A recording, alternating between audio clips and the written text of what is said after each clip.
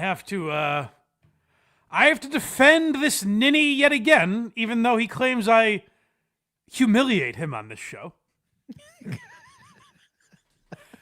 This son of a bitch, Karl. He starts. Who I thought I was the co-host of this show, but I guess I'm just his dim-witted sidekick. He started WATS the other day by playing clips of me from KMS years ago. Mm-hmm. It was. Do you remember? Like I tried to do like a Kirk impression interviewing someone, and I just completely fucked it up. This was very early on in the show. On KMS? Yeah. We played the clips on the show. So the clip that Karl played is just me, Kirk, and Steve reacting to it. And then Karl played this. It wasn't like one. It was like 10 clips. And he plays it, and I was like, yeah, no, the clip is us reacting to it. I've done this already. I'd pull the clips for you. He's like, gotcha. I'm like, no, I would have told you where it was if you were looking for it. He's like, oh, you're going to hate me for this. I was like, I don't understand. I knew it was broadcast. I don't get it. You did this already. Yeah. The clip is us making fun of me. Don't you hear it? And then he's setting it up. He goes, now that voice you hear is the producer Steve Robinson. And I go, yeah, I know. I have the guy's phone number. I know him. I could get him on to do this with you if you want. You want to have Steve on? I would actually love to see Steve on Who Are These Podcasts? He'd be, I think it would be, I think there's a certain angle he would take. A certain type of podcaster he might go after. Yeah, I think so. Yeah. But yeah, Karl was like, oh, Mike's going to be pissed at me. I was like, what are you talking about? I've done this before. I'm doing it. In the clips, I'm making fun of me. But his point was that I guess I've been taking shots at him. Meanwhile, I get called every week in the comments a Karl bootlicker.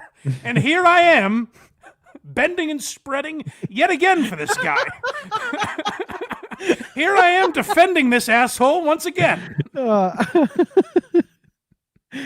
We got Opie versus Karl. Yeah, so Opie, now I sent you this clip before these socials. I saw this clip and my instinct was, let me defend my buddy Karl. Meanwhile, he's hatching schemes to embarrass me. I don't know who Karl is. I like how Karl calls you. Already. Whoa. You played way too much. We already have our first lie. Opie's been making videos about Karl, responding to Karl for like 6 years. He doesn't do it directly. He's always like, ooh, what? What is this guy? He does a podcast. I hate these haters, man. They've never accomplished anything. Meanwhile, he's on a stream with like 30 people. Why is that always the angle people take is I don't know this person? I don't even get it. Because it doesn't mean anything. There are massive celebrities who I don't know. Like we live in a time where there are people with millions of TikTok followers who I wouldn't know their name. Right. It doesn't make them less known because I don't happen to know their name. So the gimmick of like, who is this guy? I don't even know him. Well, now we live in a time where you could not know someone and they're actually way more successful than you. Yeah, so. Well, if Mr. Beast was making fun of you, Mike, and you didn't know who he was, you would find out, I think. Mr. Who? Mr. Monster? What is his name? I don't even... Mr. Dragon or something? I don't believe in him. Yeah. A loser. There's a lot of people calling me a loser, but he's doing his show from his basement in Rochester, and you do yours. Opie's like, hey, Karl, get in line, pal. A lot of people think I'm a washed-up has-been. Beach and on top of Manhattan. Yeah, I don't have time for people. I was a massive success in the radio world. What? I was supposed to do that for the rest of my life? No! That's a great... Like, what am I supposed to be successful forever? That's actually a great, like, cope is not even the word I'm looking for, but a great, like, logic that Opie has. Like, hey, listen, I was successful. What am I supposed to just keep doing that? That holds extra weight, too, as he's broadcasting from his beach house. Right. Yeah. Which, the logic is actually bulletproof. Yeah. It actually is. Yeah. What Opie should be saying is like, hey, listen, I'm way more successful than Karl. Like, Now Karl is more successful, but like the Opie and Anthony show is obviously much bigger than Who Are These Podcasts. I don't think Karl or anyone would argue that. But I would also say any Opie and Anthony video on YouTube probably gets more views than anybody. You know what I mean? Yes, yeah. Like the Opie and Anthony show was massive, and Opie was very successful for that. Yeah. So Opie should say like, "Hey, fuck this Karl guy. I'm way more successful than him." The problem is, Opie, if he believed that, would be doing it in his head. Right. It seems by turning on the cameras and going, "I don't even know who this guy is that I talk about all the time, and is the only reason I'm still relevant." It's the Stuttering John thing from like a couple weeks ago, and he's like, "Blind Mike, who's that?" It's actually like the only reason people know that Opie's still doing a show is Karl. At this point, that's not true of Stuttering John, just because enough people cover John, where it's a grown into this thing. Like Karl started it, but it's a bigger thing. Look at me giving this guy all this credit. What a cuck I am. Yeah, nice Christmas present. These from him. shots I take at him. all these horrible shots I'm always taking. All he says he's gay for broadcasting from. He is with him. gay. He's very gay. But that's fine. That just means happy sometimes. Yes, that's not in this day and age, Karl. You know? Matter of fact, you might get some stuff out of being gay at this point. What was I saying? Oh, literally. I mean, we talk about Opie once in a while. I know Obnoxious John thinks we've never done it, but all these people, I'm the one getting shit on. I'm the one taking shots. That's right. Actually, more often than not, we are praising Opie and Anthony. Yes. More often than not. I'm not saying we don't take shots. I was going to say, it might be pretty even, but it might have evened out recently. Yeah. Yeah. When we started, it was a lot of positivity. Yeah. But point being, no one's covering Opie. Opie, maybe don't be so mad that this guy brings you up once in a while. It keeps you alive, you know? You know, the best years of my life I wasted doing the Opie and Anthony show. And you might think to yourself, what are you talking about? Look what you got now. Yeah, that's all well and good, but Anthony took my best years. He is a scorned bitch. Yeah. Anthony, I wasted all my best. Now my eggs are all dried up. Wasted a good surprise on you. That is, you sympathize with Anthony and Norton. Like, there are times where I'm like, well, you are on a confrontational radio show. Like, maybe call this out on the air once in a while. But then there are times you sympathize with them. Who wants to have that argument? You've taken my best years from me. It's like, okay, man. All right. I have these arguments at home. I'm not going to do it here. You know? Like, Yeah. I get why you don't want to argue with this kind of a guy. Opie-tunistic. That's very funny. Opie-tunistic. That's funny. Who said that? Tom Bussey. Tim Bussey, sorry. Thank you, Tim. now I'm an old guy and I can finally enjoy my life. I couldn't enjoy my life when I was doing the Opie and Anthony show. It was incredibly stressful for me. I'll talk about my. It seemed like Anthony wasn't having a lot of fun. Yeah, no, he He's in his fucking pool in his mansion. Just had people over every night drinking. He has a life-size replica raptor by his pool. So stressful. Yeah. Now, I have heard many, many times from people that worked on the Opie and Anthony show. And I don't mean I've heard from them. I mean, it's been discussed at length on many forums how little prep work both Opie and Anthony did. They didn't do any work for the show. But let's hear Opie describe why his best years were wasted on this program. Experience. It was stressful for me. Every waking moment of every single day, I was thinking about that goddamn radio show. I was on a glorious honeymoon in Turks and Caicos, thinking about the radio show. It never leaves you. Oh, man, I can tell you're really passionate because you're talking like this. I can tell you're really angry. It's almost like that radio show allowed that glorious honeymoon in Turks and Caicos. I just like the idea of Opie's wife waking up on their honeymoon and going, "Honey, what's wrong? It's 3 a.m. What are you doing awake?" Should I call Bobo a retard or a mongoloid when I get that? What is it? I just can't decide! Do I have Rich Voss do math or a spelling bee? I'm just so overworked! What do I do? Damn it, I think I need to tackle the issue of cancel culture. It's running amok! Now, does he talk like that to his wife? Like, what are you thinking about? The radio show! Like, storms out of the room. What do you think? I'm thinking what I always think about. Why are you asking me? Goddamn brain. Trust me, I wasn't going to do it for the rest of my life. Best years of my life I spent doing that when I had youth. And now I'm a broken mess, older, and I finally get to enjoy my life. That is a woman with a now barren womb talking about being with a man for too long. That is such a weird way to talk about a radio show. He's shockingly observant right now, though. So to all these losers in their basements, shut your mouth. You never came close to anything. It's interesting. All these losers in their basements. With what, Opie? Their wood paneling? I thought you didn't know who this guy was. That's right. He drinks like a little bitch. Me. Wait, did the super chat say? Oh, the super chat did specify that it was in the basement. With a potato. And producer Chris, he's getting really specific. That's right. He did shows with Cardiff. I know, and Dan Tukey. Yeah, like, come on. I don't even know this guy who lives in Rochester.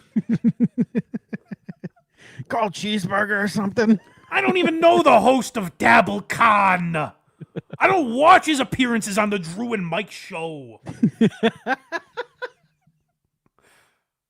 Now, if he said, I prefer the other guy on Who Are These Socials, I'd be like, all right, Opster. Now you're coming around. We were Team Opie for a while. Basement, shut your mouth. You never came close to anything. As you call me a loser from your basement, I was talking to more people when I was doing college radio. Well, that's not true. It's just objectively not true. But that's just false. Yeah. He also, like Karl has Opie's old partner on. He's had both of them. He's had Norton and Cumia on. That's true. What are you talking about, Opie? Get to some impressive level and then take your dumb shots. Holy crap, level. Enough. I'm not taking any of it. No. Ask me anything. Oh, boy, I'll tell you everything. Oh, I got stories I've never told. They're coming, folks. Oh, it's good, Opie. Wait till you're in your mid-60s to tell them. That's good. Wait till literally no one has paid attention to you for 10 years. I've got stories. No one wants to hear him anymore. We've heard them all. He's literally saying them into the wind on a beach. Yeah, he is. Thanks, John T. Thanks. You're one of mine, John. You're not going anywhere. You hear me? Thank you, John. Thanks for sticking up for me. When I hear about these people, I'm like, what are you talking? What? What are you doing? You haven't achieved any level of success, and you're calling me a loser. You know how stupid that is? Can you imagine this guy who went after Howard Stern forever? Like, what are you talking about? Opie is talking about how you have to punch up. Yeah.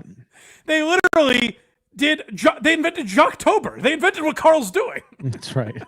They found hapless radio shows in the middle of nowhere and just made fun of them. And then when those radio shows would say, like, hey, that's weird. Why are Opie and Anthony taking shots at us? We're just some small radio station. Opie would go, oh, don't use that. We hate that excuse. And now he's like, you're not allowed to make fun of me. I've never, because I've done too much. Yuck. He literally went after Stern solely. Like, Opie's created this thing in his head where him and Howard Stern were rivals.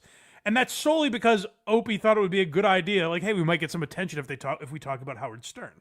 Mm-hmm. He was right. But, like, he was going after the guy. Opie, with all you've achieved, you haven't achieved a fraction of what Howard Stern has. So who are you really talking to here, Opster? Himself. Again, I have to defend this guy. Meanwhile, Thursday, my mom is going to be on the show or something. I have to go, oh, hey, let's do this again. I heard your mom was in quite a catastrophe and you didn't help her. Let's bring her on. Karl's just hosting fucking Maury. Here I am like a cuck defending this guy again. So this week, folks, when you write in the comments that I'm a Karl cuck, you're correct. You're not going to get any pushback from me. Next we have, this is every single day. Oh yeah, so so that clip caught my attention, and then I scrolled down one video. Do you remember? Oh, I think we're coming up on a year and a half now. Yeah, Mike from Providence commented earlier. He's like, I remember 10 years ago when Opie said he was never going to talk about this again. It was roughly a decade ago. Yeah. A year and a half, maybe more, maybe almost 2 years. Opie said, "Hey, Anthony, how about you don't talk about me? I don't talk about you. Enough already." And then every day has been exactly this. That's badass. Do you ever miss Anthony? No! Oh my God, no! You read this comment every day, Opie. You must miss him on some level. He has to. I would imagine there are comments made. Maybe not, because there are so few. But I would imagine there are comments in Opie's chat that he doesn't read. I'd have to imagine. Every time I've watched live, which it's been a few times, I feel like he puts every single comment on the screen, to be fair. Oh, really? I feel that way. I feel like that's the entire show. All right, maybe I'm wrong then. Because I was going to say, if someone said something crazy that I didn't want to read, he would skip it.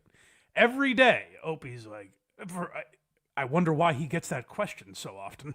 I can't imagine why people would bring up Anthony to him. But like every day, he's like, do I miss Anthony? No, I don't miss Anthony. I would say if you didn't miss Anthony, like someone that I don't miss right now, I probably can't think of them because they're not on my mind. Right. If you have that no! No, I don't! It seems like he's invoking some passion here. He's handling this well. That sounds like a guy who really doesn't miss this fella. He's got his head screwed on right. Yeah. Not even a smidge do I miss it. Not even a smidge. No. Very believable. No, and no. Yeah, you're telling me this guy doesn't want to be the man again? Come on. And then Opie found that 23 seconds from his long live stream and clipped it and put it on his channel so people would go, oh, I wonder if Opie misses Anthony. Well, this has to be different. Yeah, this has to be different than the last time. Every day, Opie talks about, and like he'll mention Bill Burr when he's in the news, or Joe Rogan, or Jim Norton. I guess a couple weeks ago, he made some video where he told Norton, because I think Jim and Sam's deal is coming up with Sirius, and everyone assumes they're leaving because they both started podcasts separately. And Opie, I guess, made a video where he's like, "Hey, Jim, enjoy what you have while it lasts, because it's pretty cold out here for the rest of us. Like, you keep your cushy job at Sirius that no one listens to," which is kind of an oxymoron or whatever. Yeah. However you would describe that, where it's like they're paying him a lot of money for no one to listen to him. I don't get it. But you're getting paid zero for no one to listen. But also, if you go to Jim Norton's YouTube channel with his wife, a bunch of people are listening to those podcasts. And I feel like if Jim and Anthony and Sam did a show together, it'd be pretty fucking close to. I would argue that would almost be better because there's not one guy steamrolling over everyone. Yeah, good point. Yeah. Maybe not now because they wouldn't be able to do the same stuff, but. I mean, where Anthony is, you could definitely do whatever the fuck you want. Well, Sam changed. Not to go into too much of a. I know. According to my pal OJ, no one talks about the history of Opie and Anthony. Yeah. Let me see if I can dip my toe into these waters. If this show had a foundation of topics, it would be that. I think. You know what? I'm gonna give this a whirl and see if I can talk about Opie and Anthony for a moment. It's Opie. It says. Is that his real name? I'm not sure. Sam changed at some point where he didn't want to be like the shit stir. He avoids any of that stuff. So what did make him a great part of Opie and Anthony, he's kind of run away from a little bit, which is the only reason I question. But I think he would be a good... He would be a much better straight man for Anthony and Jim than Opie was. For sure. And he knows exactly how to like poke him. But unfortunately, he works for WWE and he's not passing that gig up. And he used to. Sam was never afraid. I remember Anthony would talk about like, it's amazing people say like, what do you mean Anthony's a racist? Anthony, I just had this memory. Anthony would literally talk about eugenics on the show. And I remember Sam would like push back at him and be like, yeah, no, that's logical. And Sam was just like a producer at this point, but like he would go back at Anthony with that stuff. So I think he would be good with them. But it is crazy. It is crazy how much Patrice was reeling Anthony in all those years. I know. He doesn't have his rock anymore. Yeah. Yeah. So there you have it, folks. That's me trashing Karl again. I wonder what punishment awaits me on the next Who Are These Socials. You're in trouble, dude. Go to blindmike.net for everything Blind Mike. Look at me. I did it. Kragers did it.